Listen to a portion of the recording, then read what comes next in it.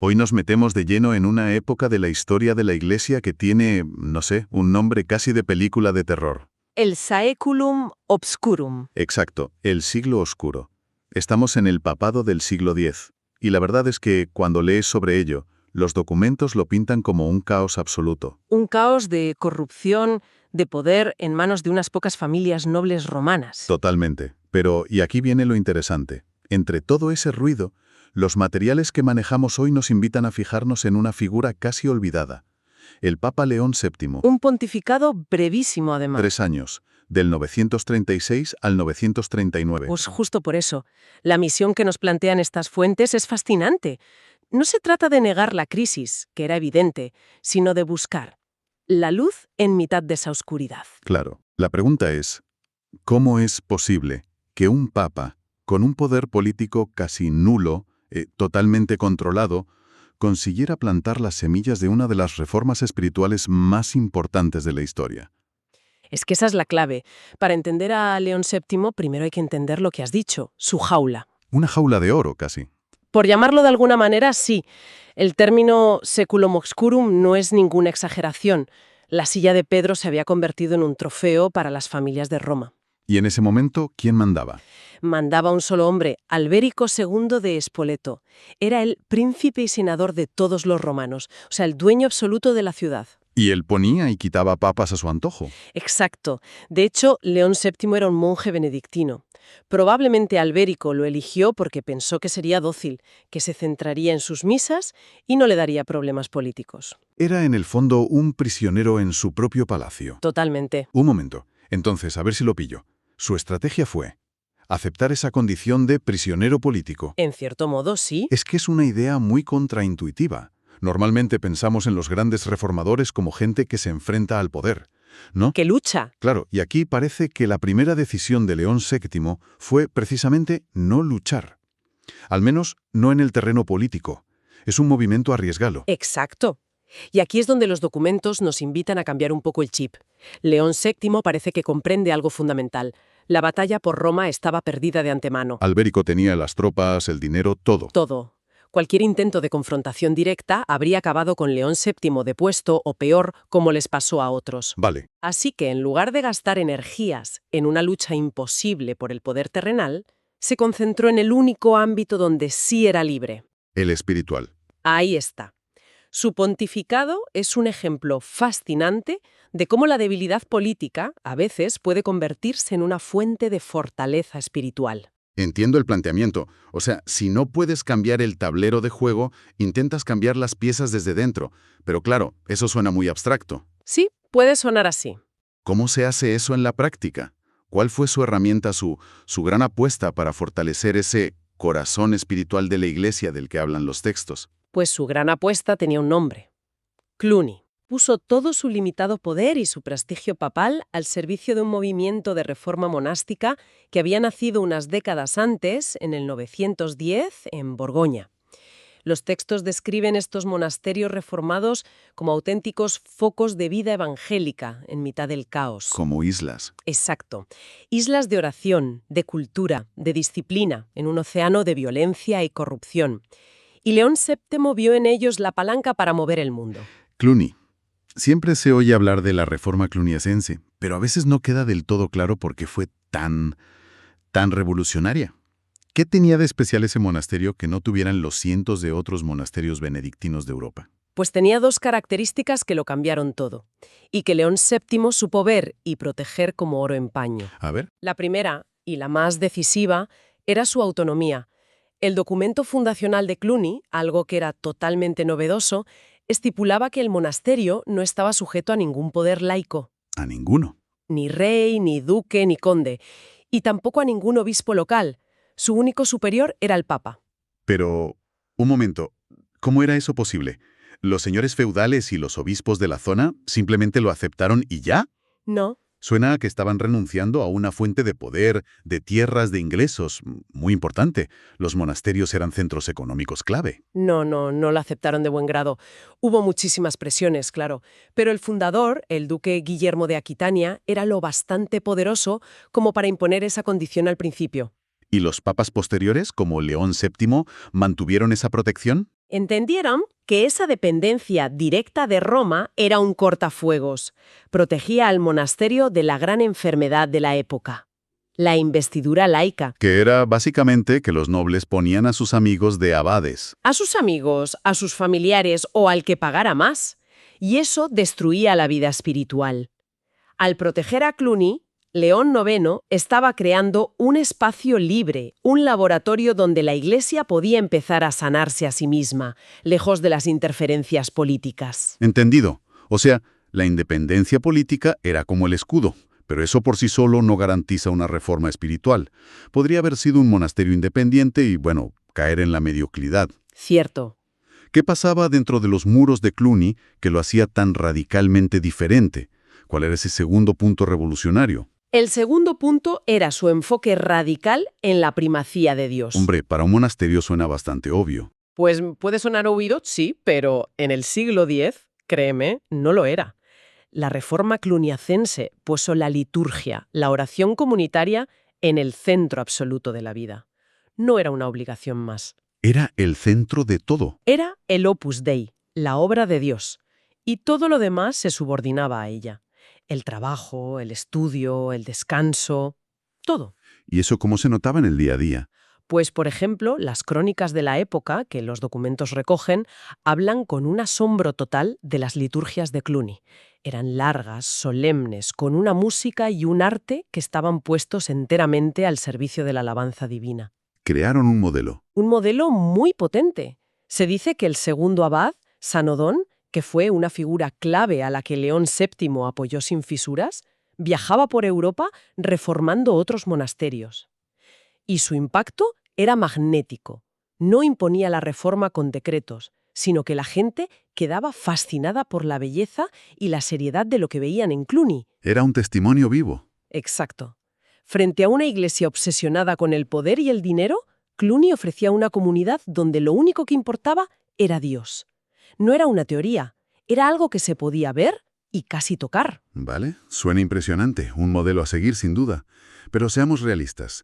¿Podía un solo monasterio, por muy santo que fuera, o incluso una pequeña red de ellos, hacerle mella a un siglo de corrupción generalizada? Es que suena un poco a una gota de agua en el océano, ¿verdad? Exacto. Esa es la objeción lógica. Pero la estrategia de Cluny, y por tanto la de León VII al apoyarla, fue la de la red. Cluny no era solo un monasterio. Se convirtió en algo más. Se convirtió en la cabeza de una congregación. Los nuevos monasterios que se fundaban o los que se reformaban bajo su influencia no eran independientes, permanecían unidos a la casa madre, a Cluny, bajo la autoridad de su abad. Vaya. Esto creó una especie de multinacional de la espiritualidad, por así decirlo, una red que compartía las mismas costumbres, la misma liturgia y, sobre todo, el mismo espíritu. Y esa red creció. A finales del siglo XI había más de 1000 monasterios en esta red. La gota se convirtió en un río que empezó a limpiar la iglesia desde dentro. Entiendo.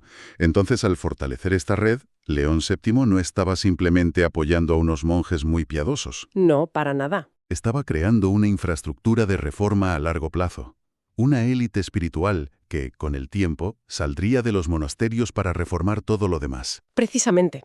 Estaba cambiando el ecosistema espiritual de Europa. Es un ejemplo perfecto de cómo la reforma más duradera no es la que se impone a la fuerza desde arriba, sino la que brota desde dentro. Eso es, contagiándose de persona a persona, de comunidad a comunidad. Comprendido el impacto a largo plazo. Pero, volviendo al siglo X, ¿cómo cambia todo esto la etiqueta de siglo oscuro? Me da la impresión de que esta historia de León VII y Cluny sirve casi como una defensa. Como un argumento apologético, sí. Eso, como dicen los textos, contra la idea de que la Iglesia estaba totalmente perdida en esa época. Exacto. Y es un punto crucial. Esto nos obliga a preguntarnos cómo medimos el éxito o el fracaso en la historia, ¿no? Si buscamos en el pontificado de León VII grandes victorias políticas, tratados de paz, construcción de catedrales, no vamos a encontrar casi nada. Fue, como hemos dicho, un papa políticamente débil. Pero su legado fue otro. Pero si medimos su éxito por las semillas que plantó, su legado es inmenso. La historia de Cluny demuestra que la Iglesia, incluso en su momento de mayor humillación y fragilidad humana, conservaba dentro de sí la capacidad de generar sus propios anticuerpos. La reforma vino de dentro, no de fuera. La reforma no vino de una crítica externa de un poder secular que quisiera purificarla. Nació de su propia tradición, de un deseo de volver a la fidelidad del Evangelio. Vale, pero aquí se podría ser de abogado del diablo, ¿no? A ver, Alguien podría decir que, bueno, al centrarse tanto en lo espiritual, en los monasterios, León VII estaba, en cierto modo, descuidando los problemas políticos y sociales urgentes de Roma. claro. Fue una especie de evasión, una forma de decir, como no puedo con los problemas del mundo, me refugio en la oración. Es una crítica posible, y los documentos no la eluden del todo.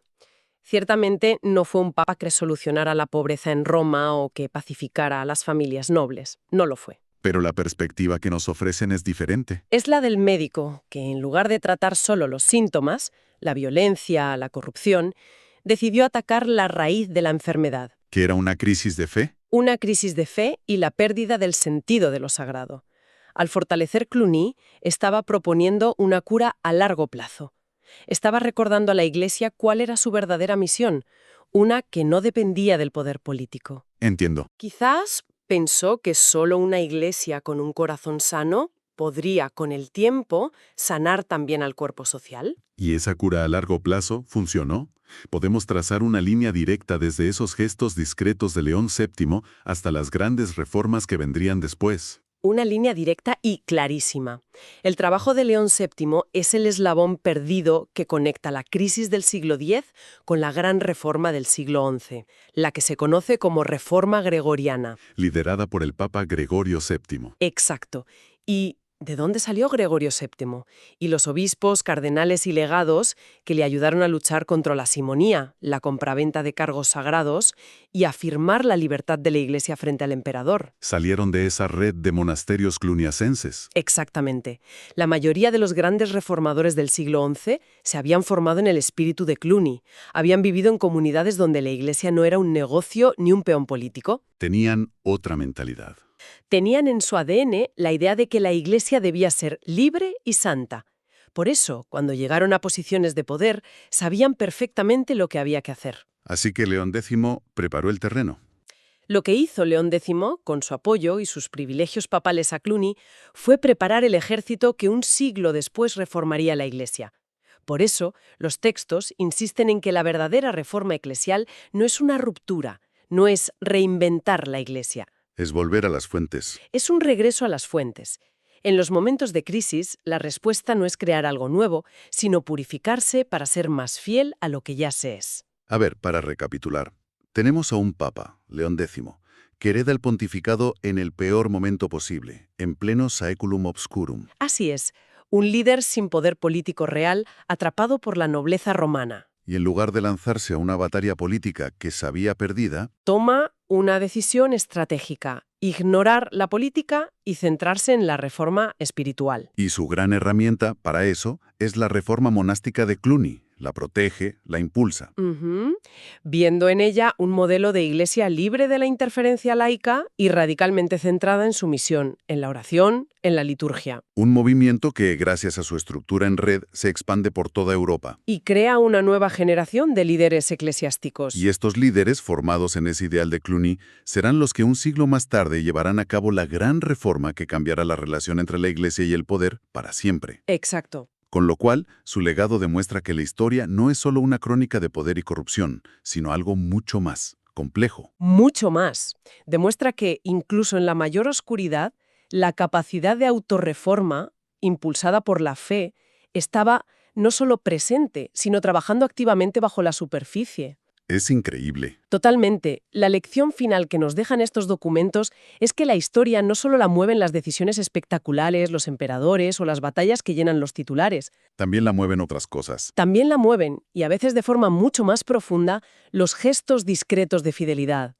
El pontificado de León III, que termina con su muerte en el 939, es un poderoso recordatorio de que la renovación más profunda a menudo empieza en silencio. Desde dentro. Desde dentro, sin hacer ruido, simplemente reorientando a una comunidad hacia su propósito más fundamental, en este caso, la oración, la conversión y la santidad. La verdad es que los documentos sobre León VII y Cluny nos dejan pensando en la naturaleza de la reforma en cualquier gran institución, ya sea religiosa o secular. Sí, es una reflexión muy actual. Nos hacen preguntarnos, ¿el cambio más duradero y significativo viene siempre de grandes confrontaciones y reestructuraciones externas?